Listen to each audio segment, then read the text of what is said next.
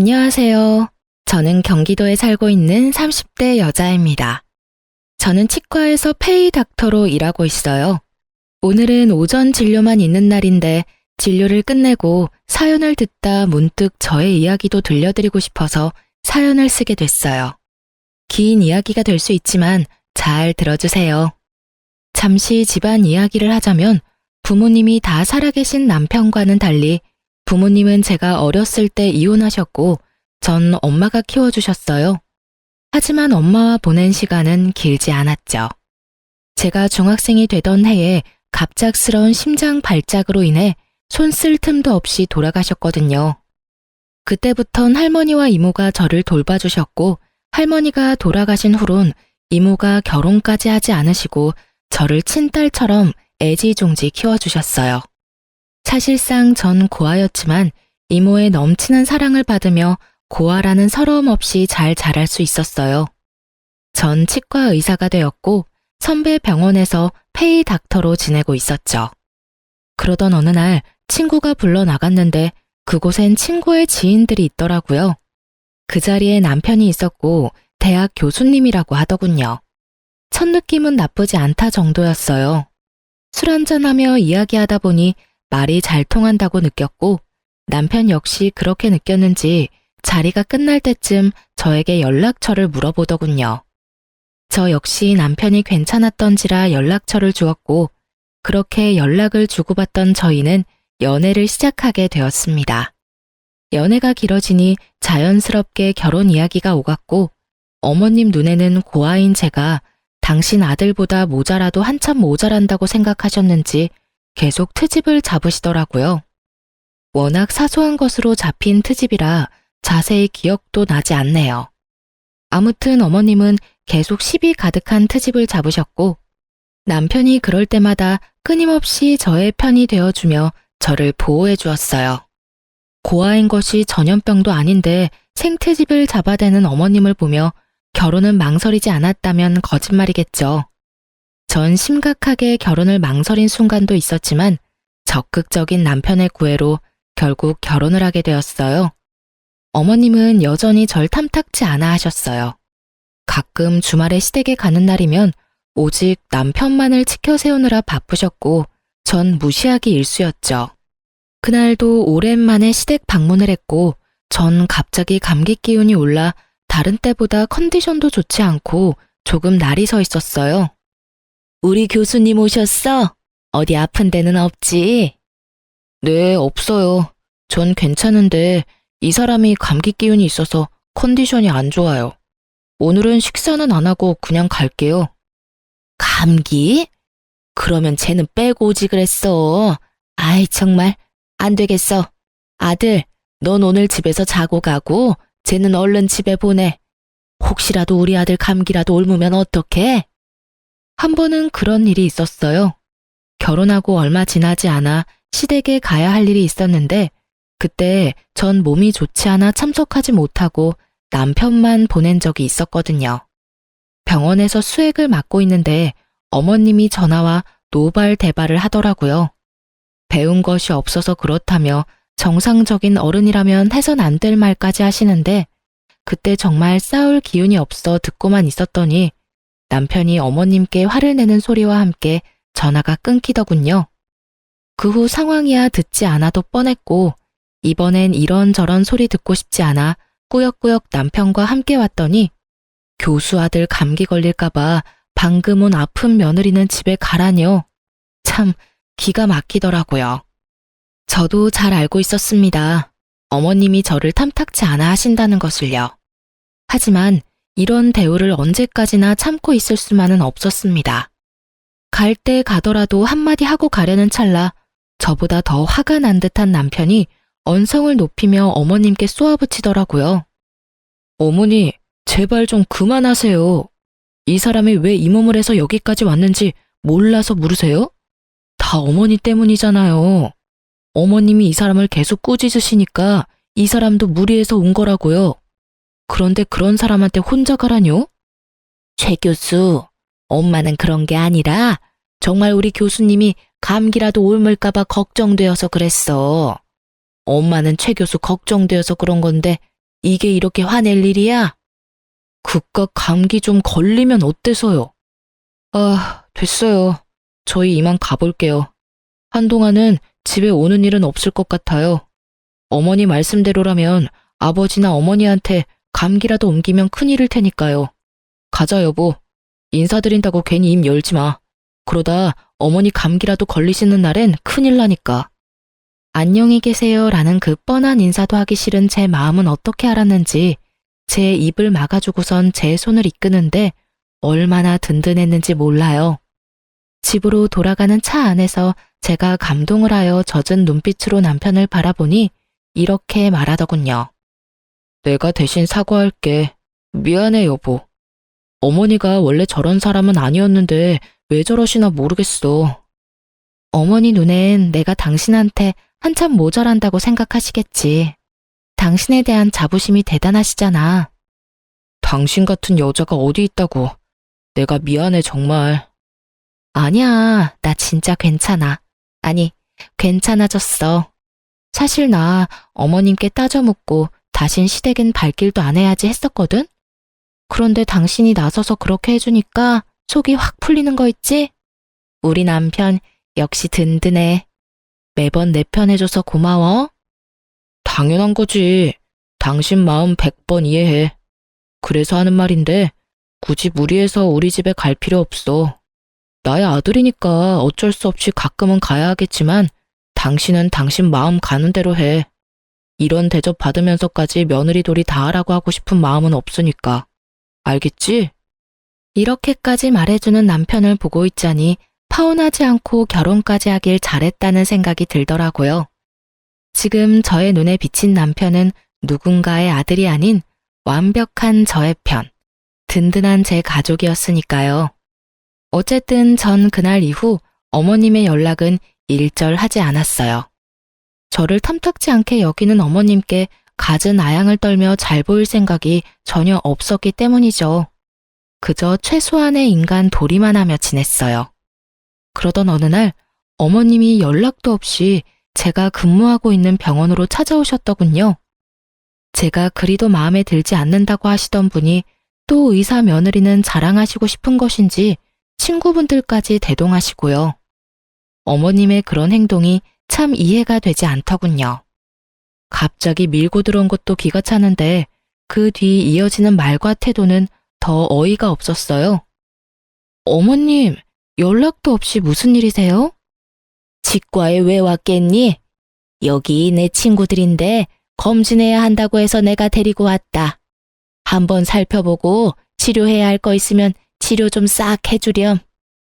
떼인 돈 받으러 온 사람 마냥 다짜고짜 진료를 봐달라고 하는데 할 말이 없더라고요. 상황이 어찌되었든 일단 오셨으니 간단한 진료라도 봐주는 게 뭐 어떠냐 생각하는 분들도 계실 수 있겠지만 제가 근무하는 병원은 100% 예약제입니다. 이미 예약하신 분들도 기다리고 계셨고 수술 스케줄도 있어 중간에 끼워 넣을 수 있는 틈이 전혀 없는 상황이었어요. 아, 어머님, 저희 병원은 예약제라서요. 이미 예약하신 환자분들이 기다리고 계세요. 오래 기다리신 환자분도 계셔서 먼저 해드리는 건 곤란하고요. 일단 예약하신 환자분부터 진료 좀 할게요. 뭐? 그런 게 어디 있니? 가족이 왔으면 가족 먼저 해줘야지. 넌 그 정도 유도리도 없니? 난 절대 기다릴 생각 없으니 예약이고 뭐고 얼른 우리부터 해줘. 해달란 말이야. 그렇게 우기셔도 안 되는 건 안 돼요, 어머님. 일단 여기 실장님하고 상담하셔서 예약 먼저 해주세요. 우겨? 너 그게 무슨 말본새야? 이렇게 된 이상 난 무슨 일이 있어도 오늘 진료 보고 갈 테니 그런 줄 알아. 얼른 내 친구들 봐주지 못해? 나이도 지긋하신 분이 어린아이처럼 우겨대는데 말 그대로 미쳐버리겠더라고요. 무력으로라도 쫓아야 하나 남편에게 연락해야 하나 고민이 많아지는 순간 예상치 못한 도움을 받게 되었어요. 모든 상황을 지켜보던 예약 환자분들이 나서서 저의 편을 들어주기 시작하시더라고요. 정말 못 듣고 있겠네. 여기 기다리고 있는 사람들 안 보여요? 그러게요. 요즘 저런 시엄마가 어디 있어? 며느리 일하는 병원에 와서 이런 행패가 어디 있어? 난 다 모르겠으니까 순서나 꼭 지켜주세요. 다 아파서 오는 사람들인데 가족이고 나발이고 그런 게 어디 있어요? 그러니까요. 이게 무슨 민폐야? 의사 며느리 업고 다녀도 모자랄 판국에 일하는 직장까지 찾아와서 나 같으면 당장 이혼하지. 저걸 어떻게 참아? 선생님, 그러지 말고 이혼하세요. 내가 좋은 남자 소개해 줄 테니까. 선생님 정도면 남자들 줄 선다고요. 이윽고 이혼이라는 말까지 나오니 시모의 얼굴이 홍당무가 되어버렸더군요. 상황이 이렇게 돌아가자 시모는 아무 말도 하지 못하고 친구분들이 나서 거듭 죄송하다고 하며 시모를 끌고 나가시더라고요. 그 후로도 환자분들이 제 편을 들어주시는데 민망하기도 하고 통쾌하기도 했어요. 그렇지 않아도 바쁜데 시모와의 실랑이로 시간이 더 지체되었던 터라 정신없이 쉬지도 못하고 진료 마치고 집으로 돌아가는 길. 시모한테 연락이 엄청 많이 와 있더라고요. 전화도 전화였지만 문자도 엄청나게 와 있더군요. 물론 내용은 떠올리고 싶지도 않은 내용이었고요. 전 대꾸할 가치도 없는 연락을 가뿐히 무시하곤 무거운 몸을 이끌고 집으로 향했어요. 오늘 참 고단한 하루였다고 생각했는데 저의 고단한 하루는 이제 시작이었더라고요. 현관문 앞에 도끼로 가득한 시모가 절 기다리고 계셨으니까요. 넌 왜 이제 오는 거야? 전화는 왜 안 받아?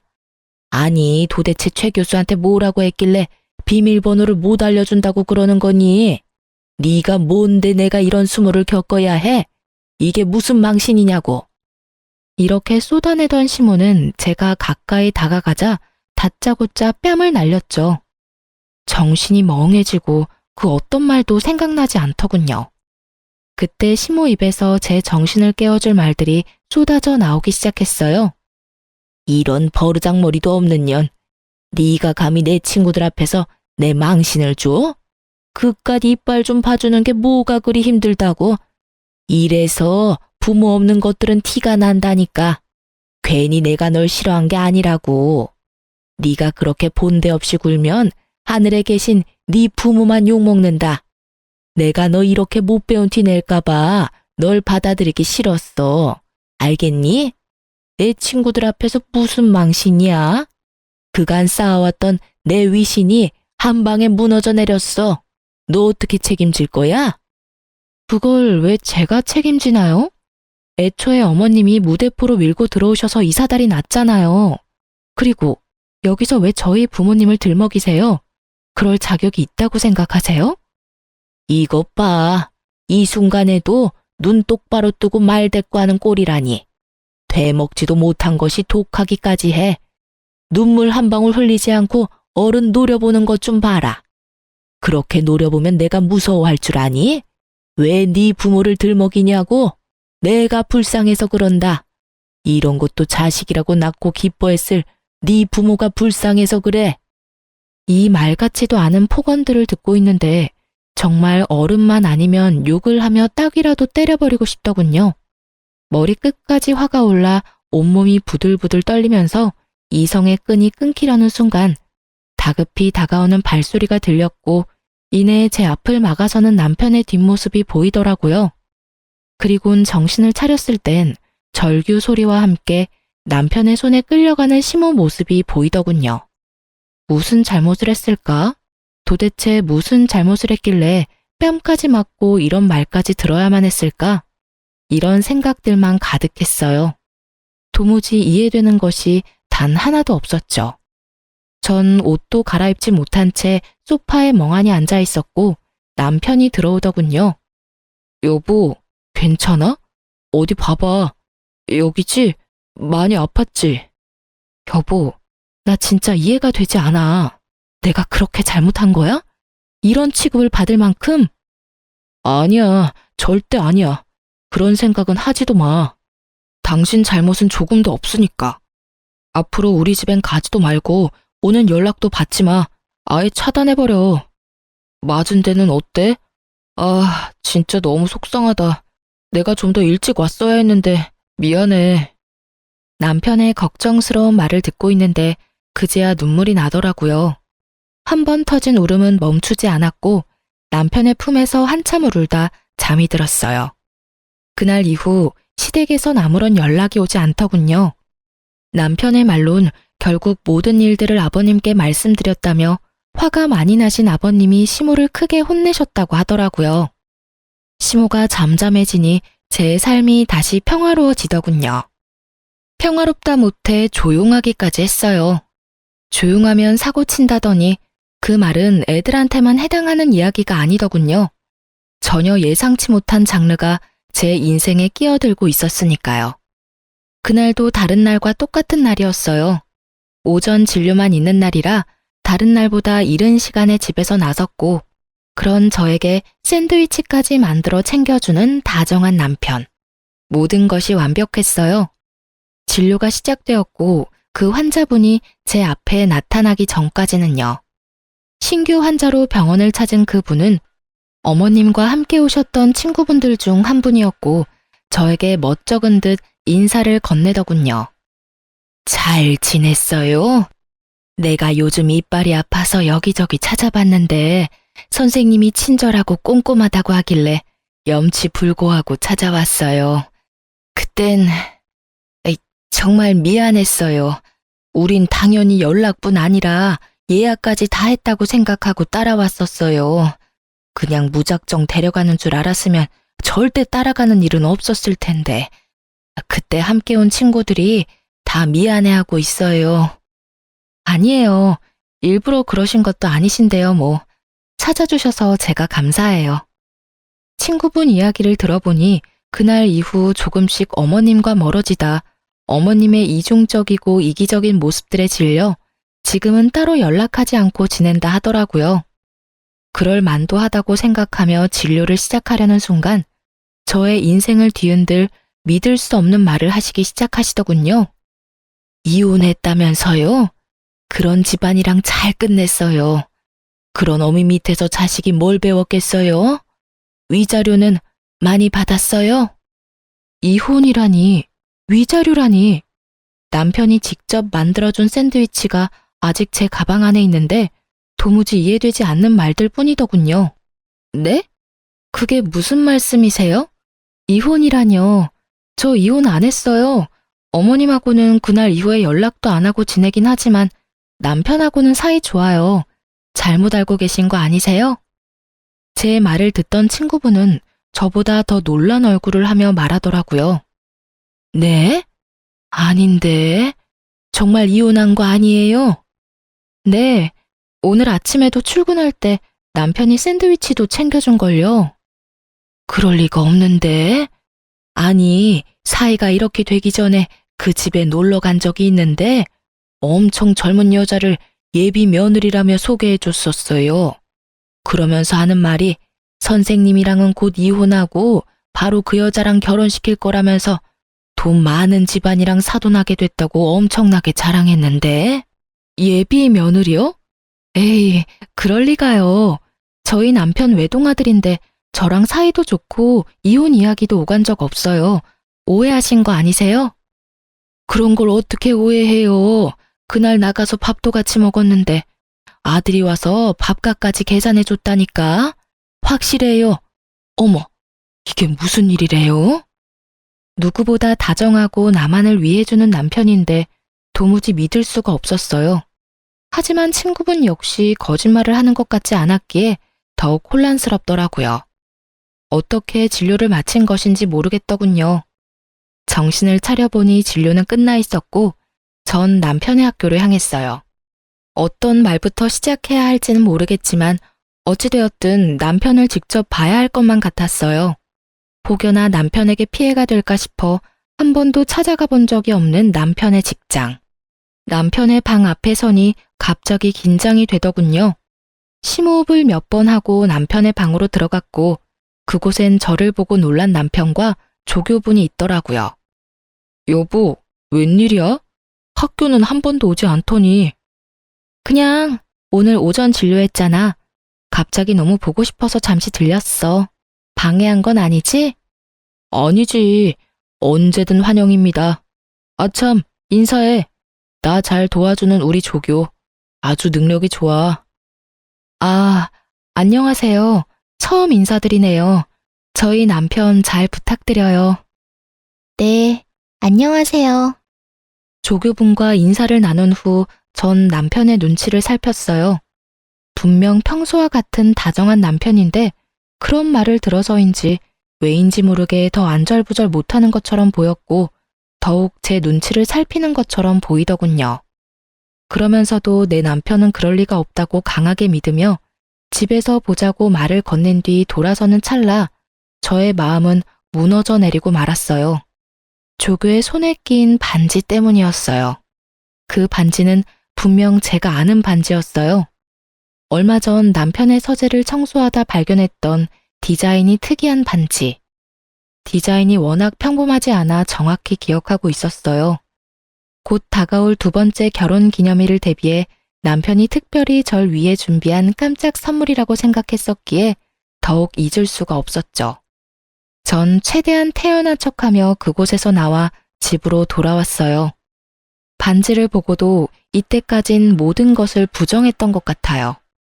그럴 리가 없다고, 내 남편이 그럴 리가 없다고 끊임없이 되뇌고 있었죠. 그러던 와중에 번뜩 서재에 있는 남편의 노트북이 스쳐 지나갔고 저의 예상대로 잠금도 걸려있지 않을 뿐더러 카톡까지 자동으로 로그인이 되어 있더군요. 평소 제가 워낙 이런 것에 관심도 없었고 제가 남편을 얼마나 신뢰하고 있는지에 대해 누구보다 남편이 더욱 잘 알고 있으니 남편도 방심했던 거죠. 저는 아주 천천히 단 하나도 놓치지 않고 대화들을 살펴보았고 학교에서 보았던 조교와의 대화를 발견했어요. 대화의 내용은 외도를 증명하기에 부족함이 없는 더러운 내용들이 가득했고 친구분의 말씀대로 이미 시댁을 오가며 결혼한 사이처럼 지내고 있더군요. 25살, 상간녀의 나이였어요. 보기에도 젊어 보인다고 했는데 정말 어리더군요. 모든 내용이 경악 그 자체였지만 가장 저를 화나게 했던 건 이모에 대한 멸시였어요. 상견례 날 이모는 상견례 장소가 주차하기 힘든 곳이란 걸 아시곤 2대의 차 중 경찰을 끌고 오셨었고 그것을 본 남편이 이모를 대놓고 무시하고 있더라고요. 상견례 때 옷은 그런 대로 차려입었길래 그래도 돈은 좀 있는 집안인가 했더니 상견례 끝나고 보니까 경차 타고 가더라니까. 내가 얼마나 황당했는 줄 알아? 아마도 그 옷도 다 빌려 입었거나 짝퉁일 거야. 다시 생각해보니까 가방도 좀 조잡했던 것 같기도 하고. 그러게, 왜 그런 고아랑 결혼했어? 만나다 보니까 그렇게 됐지. 그렇게 없는 집인 줄 몰랐다니까. 그러면서 꼴에 치과 의사라고 콧대는 얼마나 높은지. 어머니는 어머니대로 날리고 와이프는 와이프대로 날리고 나도 중간에서 지쳤어. 손이 떨리더군요. 저렇게 생각하는지는 꿈에도 몰랐으니까요. 평소 이모한테 저보다 더 자주 연락하고 잘하던 사람이 바로 남편이었어요. 그렇기에 제가 받은 충격은 더욱 컸죠. 정말 상상도 못한 일이었어요. 남편은 외박은커녕 늦는 법이 없었고 주말 역시 온종일 저와 시간을 보냈었으니까요. 상대가 학교에서 늘 함께하는 조교라는 사실을 몰랐다면 아마 전 끝까지 아니라고 남편을 믿어줬겠죠. 전 떨리는 손을 겨우 진정시키고선 대화 목록들을 다 살펴보았고 경악스러운 것은 여기서 끝이 아니더군요.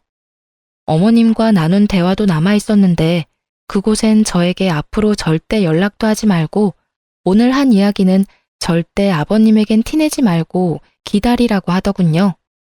만나는 여자애는 조만간 보여주겠다고요. 날짜를 보니 어머님이 제 뺨을 날린 날이었는데 내용을 보아하니 그날 집으로 모셔다 드리며 외도 사실을 알린 것 같더군요. 충격에 빠진 제 머리와는 달리 손은 부지런히 대화 내용을 저장하고 있었고 전 증거를 더 모으며 때를 기다리기로 했어요. 그러면서 이모에게 모든 사실을 알렸죠. 이모, 내 남편 아니 이 빌어먹을 놈이 바람 피우고 있어. 그것도 25살 조교랑. 자세한 이야기는 만나서 이야기해 줄 테니까 우선 내가 뭘 해야 하는지부터 말해줘. 뭐? 그게 사실이야? 이 새끼를 진짜. 너 모은 증거 이모한테 다 보내고 사소한 거라도 다 모아놔. 내가 그놈 가만두지 않을 테니까. 이모는 이모대로, 전 저대로 이혼을 준비하기 시작했어요. 전 아무렇지 않은 척 남편을 대했지만 생각보다 그건 참 힘든 일이더라고요. 특히 한 침대를 쓰는 것만큼은 도저히 할 수가 없어 가짜 기침을 해대며 감기를 핑계로 각방을 쓰자고 했어요. 여보, 나 아무래도 간호사한테 감기가 옮았나 봐. 컨디션도 심상치 않은 게 독감으로 이어질 것 같은데 한동안은 우리 각방 쓰자. 혹시나 당신까지 아프면 큰일 나. 아무리 그래도 각방은 좀 그렇지 않을까? 가족이라곤 우리 둘뿐인데 둘 중 한 사람이라도 멀쩡해야 병간호를 하지. 그렇긴 하지. 알겠어. 그럼 내가 서재 가서 잘 테니까 당신이 방에서 편하게 자. 저의 권유에 남편은 흔쾌히 알겠다고 하며 서재로 가더군요.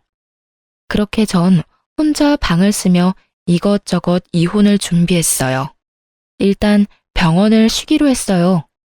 남편의 외도 사실을 알고 난 후 이런 어지러운 마음으로 환자를 볼 자신이 없어 선배이자 원장님께 상황을 잘 설명하고 한 달 동안 이혼 준비에 힘쓰기로 했어요. 외도로 인해 이혼을 준비하는 사연들을 들어보면 흥신소를 많이들 활용하시던데 전 그럴 필요도 없었어요. 상간녀가 친절하게 SNS에 다 올려주었으니까요. 올린 사진들을 훑어보니 남편과의 외도를 자랑하고 싶어 안달이 나 있더군요. 그래도 남의 시선이 신경 쓰이긴 했는지 남편의 얼굴만은 교묘히 가리긴 했지만 아는 사람이 보면 충분히 남편임을 알 수 있겠더라고요. 거기에다 예비 시댁, 예비 시어머니라며 어머님 얼굴 사진도 있더군요. 1년 가까이 된 것 같았어요. 남편과 만나기 시작한 기간이요. 집도 친구분에게 들은 것처럼 잘 사는 듯 했고요. 이 모든 것을 SNS 통해 다 알게 되었으니 굳이 흥신소를 거칠 필요가 없었겠죠? 어려서 그런지 거의 실시간급으로 사진들이 올라오는데 상간녀에게 고마운 마음마저 들더군요. 전 때를 기다리며 SNS를 계속해서 주시했고 올라오는 게시물을 통해 복수의 날이 정해졌죠.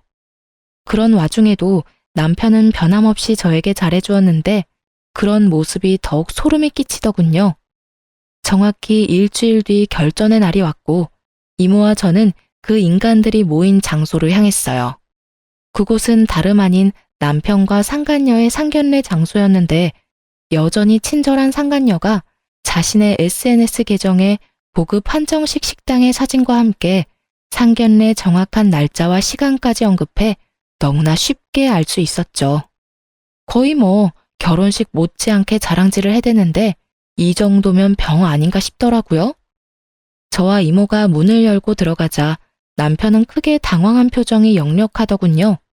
그건 어머님과 상간녀도 마찬가지였고 단 한 사람, 아버님만이 이게 무슨 일이냐는 표정으로 말씀하시더라고요. 이게 무슨 상황인 거야? 이혼한 네가 여기 무슨 일이야? 보아하니 아버님은 제가 이미 남편과 이혼을 했다고 알고 계신 것 같더라고요. 그래서 친히 모든 상황을 알려드렸죠. 아버님, 저 이혼 안 했어요. 아니, 얼마 전까진 제가 이혼할 거란 생각도 못 했는걸요? 저도 얼마나 놀랐는지 몰라요. 당사자도 모르는 이혼이 진행되고 있었다니까요. 사실 아버님의 잘난 교수 아드님이 저 몰래 바람까지 피우고 있더라고요.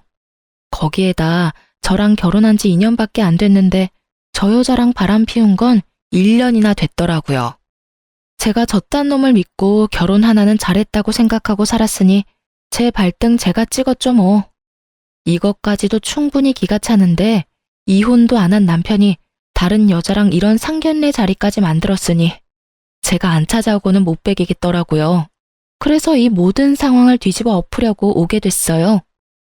제가 딱 이렇게 말하니 시모가 자리에서 벌떡 일어나 노발대발하시며 상황을 무마시켜 보려 노력하더군요.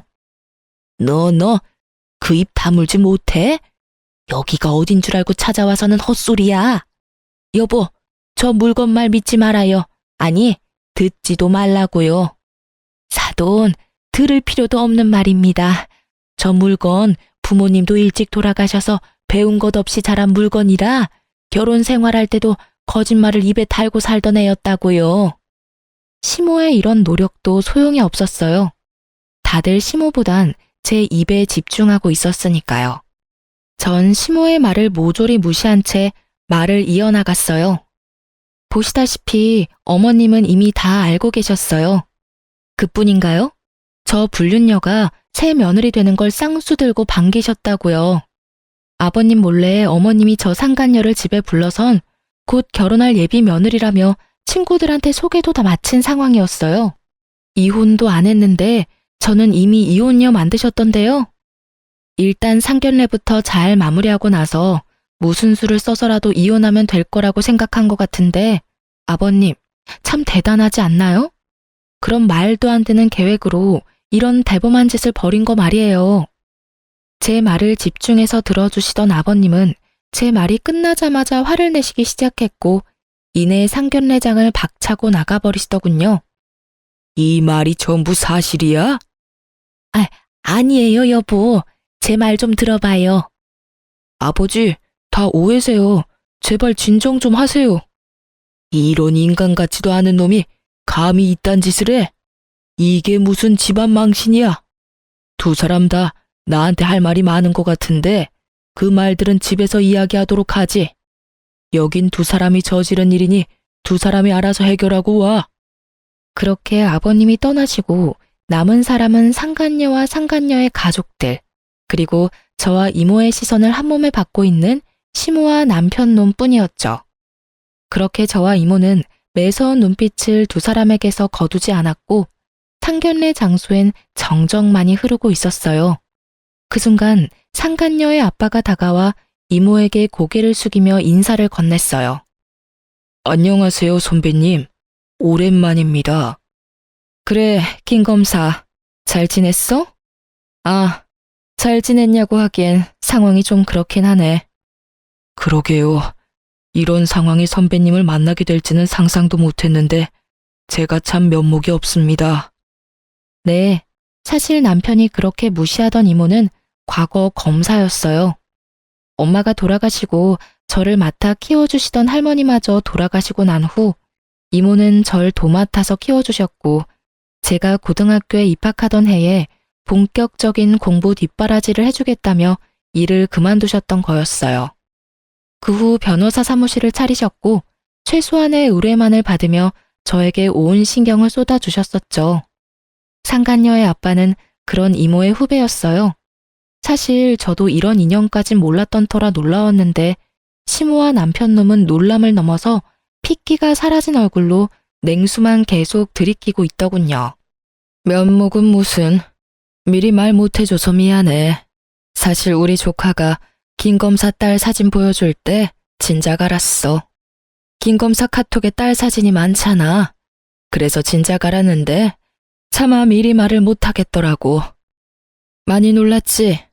세상 참 좁아. 이렇게까지 엮이는 걸 보면 말이야. 그러게나 말입니다.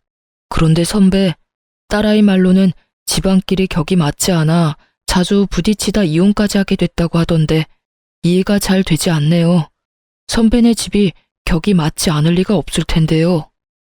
아, 그게 나 한동안 백수로 지내고 있을 때 우리 조카가 결혼했었거든. 조카 시집도 간다고 하고 이제 의뢰나 왕창 받아볼까 해서 사무실 이전 준비하면서 놀고 있을 때라 내 직업이 뭔지 몰랐을 거야. 거기에다가 상견례 자리에 경찰을 끌고 갔더니 그 모습을 보고 가진 것 없는 집안이라고 생각했겠지.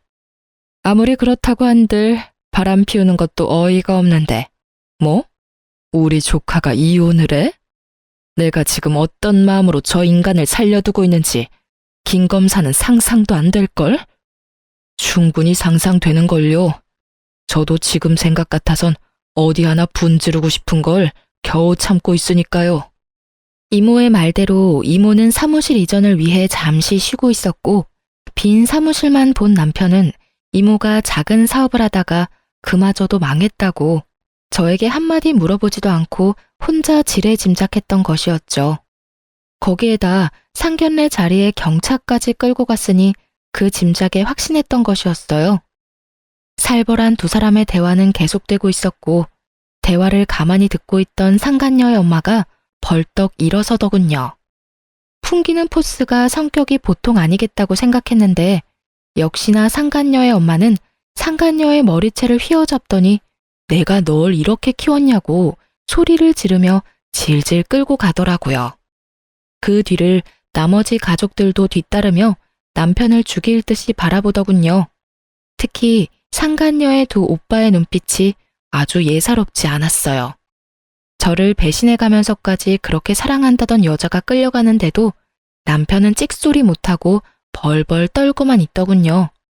그저 사색이 된 얼굴로 저와 이모의 눈치를 살필 뿐이었어요. 참 한심하더라고요. 적어도 자기가 진심으로 사랑한다던 여자쯤은 지켜낼 줄 알았더니 그런 의지조차 없어 보였으니까요. 시모꼴도 한심하긴 매한 가지였어요. 텅 빈 눈동자로 망연자실이라도 한 듯 바닥에 주저앉아 혼이 나가 있었으니까요. 상간녀를 비롯해 상간녀의 가족들이 모두 사라지고 나서야 정신을 차린 남편놈이 갑자기 무릎을 꿇고 빌기 시작하더라고요. 여보, 내가 정말 잘못했어. 내가 당신을 얼마나 사랑하는지는 누구보다 당신이 더 잘 알잖아. 그래, 사랑했지. 아니, 사랑한다고 알고 있었지. 한때는 당신이 내 편이라고, 내 가족이라고 믿어 의심치 않았었지. 왜 그런 식으로 말을 해? 왜 과거형으로 말하냐고. 난 지금도 그래. 난 여전히 당신 편이고 당신 가족이야. 정말이야. 나 믿지? 지금 이 상황 다 설명할 수 있어. 그러니까 날 믿고 일단 집에 같이 가자. 내가 집에 가서 다 설명할게. 응? 굳이 설명할 필요 없어. 당신이 어떤 생각을 가지고 있는지는 이미 당신이랑 그 여자랑 나눈 대화에서 다 봤으니까. 그걸 어떻게... 설마 내 카톡 다 본 거야? 이제야 그걸 알았어? 생각보다 당신 머리가 좋진 않구나. 당신을 단 한 번도 의심하지 않은 나도 나지만 당신도 어떤 면에선 참 대범하다니까. 바람 피우는 사람이 어떻게 그 빼도 박도 못하는 증거를 집에 버젓이 둘 수가 있어? 뭐, 그 덕분에 난 쉽게 여기까지 올 수 있게 됐지만 어찌되었든 당신 진심 따위 잘 알았고 당신은 내 편, 내 가족 다 해. 난 이제 당신 가족 같은 거 하지 않을 생각이니까. 우리 이혼하자. 여기 이혼 서류.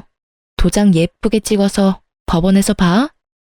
그렇게 전 이혼 서류를 건네고 이모와 그 자리를 벗어났고 이모가 타고 온 외제차에 올라타 버렸어요. 사실 이모가 소유하고 있는 외제차는 길 가면 누구나 쳐다볼 법한 2억이 넘는 고급 외제차였어요. 하지만 운전하기가 불편하기도 하고 주변 사람들이 쳐다보는 게 신경 쓰인다는 이유로 매일 2천만 원짜리 경차를 타고 다니셨어요. 값이 10배나 차이 나는 외제차를 이모가 턱하니 여는 모습에 남편놈 눈알이 튀어나오려고 하더군요. 어찌나 볼만하던지. 뒤늦게 시모와 남편놈이 쫓아와 급하게 창문을 두드리기 시작하더군요. 당신, 이 차는 뭐야? 이렇게 좋은 차가 아니었잖아. 아, 그 당신이 중고차니 뭐니 하던 경차? 그것도 이모 차고 이것도 이모 차야. 우리 이모 차 2대 쓰셔. 왜 날 속인 거야? 이모님이 검사라는 사실도 그렇고 이 차도 그렇고 왜 나한테 말하지 않은 거야? 당신이 사실대로 다 말해줬으면 이딴 상황까지 오지 않았을 거야. 난 속인 적 없어. 당신이 묻지 않았잖아. 당신이 혼자 온갖 상상으로 우리 이모 거지 만들기 전에 단 한 번이라도 나한테 물어봤으면 난 다 말해줬을 거야. 내가 묻지 않는다고 아무 말도 하지 않는 게 말이 돼? 처음부터 날 속이려는 거였잖아. 묻지도 않는데 내가 왜 구구절절 설명해야 해, 굳이. 그렇게 억울해하지 마. 누가 보면 내가 당신 속이고 바람이라도 피운 줄 알겠어. 그리고 이왕 안 김에 한 가지 더 말해주자면 우리 이모 앞으로 받은 유산도 꽤 많아. 왜, 그 있지? 졸부. 우리 이모가 능력도 좋은데 졸부야, 졸부. 그러면 이만 가볼게. 법원에서 보자. 이모의 후배이자 상간녀의 아빠가 딸을 통해 전해 들은 가짜 이혼 사유에 대해 믿지 못하는 이유는 따로 있었죠. 저의 외가는 대대로 부유했고 할머니가 돌아가시며 하나 남은 자식이었던 이모에게 재산을 다 남기고 떠나셨으니 집안 격이 맞지 않다는 사유는 애초에 상간녀의 아빠가 듣기엔 말이 되지 않을 수밖에요. 이런 사실을 전혀 몰랐던 남편은 저보다 훨씬 어리고 검사 집안의 막내딸 상간녀에게 홀라당 넘어갔던 것이었죠. 마지막 말까지 전했겠다. 이모는 후련한 마음으로 차를 출발시켰고 사이드 미러를 통해 본 두 사람의 모습은 정말 통쾌 그 자체였어요. 시모는 그 자리에 주저앉아 울고 있었고 그놈은 허탈한 듯 실소를 터뜨리고 있더군요. 그렇게 남편과 법원에서 만나 이혼 서류를 제출했습니다. 구질구질하게 끝까지 매달릴 줄 알았던 전 남편은 자신이 생각해도 전혀 가능성이 없다고 느낀 것인지 생각보다 더 순순히 이혼을 해주더군요. 물론 제가 원하는 조건도 다 들어주었고요. 원하는 조건이라고 해봤자 빠른 이혼과 위자료뿐이긴 했지만요. 그리고 가장 큰 고민이었던 상간녀 소송은 진행하게 되었어요. 사실 이모 지인의 딸이라 어떻게 해야 할까 고민을 했는데 상간녀의 엄마에게 연락이 오더라고요. 다름이 아니라 상간녀 소송 고민하고 있다는 말을 애 아빠한테 전해들어서요. 네, 아무래도 이모랑 아신다고 하니 제가 소송까지 하기가 좀 그래서요. 굳이 제가 소송까지 하지 않아도 충분히 부모님께서 벌을 주실 것 같기도 했고요. 그러지 말고 진행하세요. 네? 상간녀 소송하셔도 됩니다. 애 아빠와 전 죄를 지었으면 벌 받아야 한다고 생각해요. 제 딸이지만 그쪽한테 씻을 수 없는 죄 지은 게 분명하고 제 딸이라고 해서 아빠의 인맥을 이용해 그 벌을 피하게 할 생각 전혀 없습니다. 그러니 상간녀 소송 진행할 생각이었다면 그냥 진행해달라고 부탁드리려고 전화했습니다. 그렇게 전 상간녀 소송도 진행했고 당연히 승소했습니다. 그 뒤로 두 연놈은 어떻게 됐냐고요? 일단 상간녀의 소식은 이모에게 전해들었는데 상간녀는 집과 인연을 끊고서라도 전 남편과 결혼하겠다고 고집을 피웠다고 하더라고요. 아무리 고집을 피워대도 부모님들이 설득되지 않자 결국 짐을 싸서 전시댁으로 가버렸고 그런 상간녀를 전시댁에서도 받아주지 않았다고 하더라고요. 그랬겠죠. 집을 버리고 온 상간녀는 더는 매력적인 며느리감이 아니었을 테니까요. 그저 가진 것 없는 어린 여자일 뿐이었을 테죠. 그렇게 버림을 받고 집으로 돌아온 상간녀는 그제야 큰 후회와 반성을 하고 있다고 하더군요.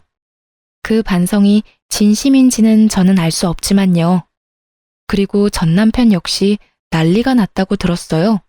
그 눈빛이 예사롭지 않던 두 오빠는 동생이 큰 잘못을 저지르긴 했으나 동생이 그렇게 사랑한다고 하니 참고 있었는데 가족과 영까지 끊어가며 사랑 찾아 떠난 동생이 결국 시댁에 버림받고 돌아왔으니 두 오빠는 더 이상 참을 이유가 없었죠.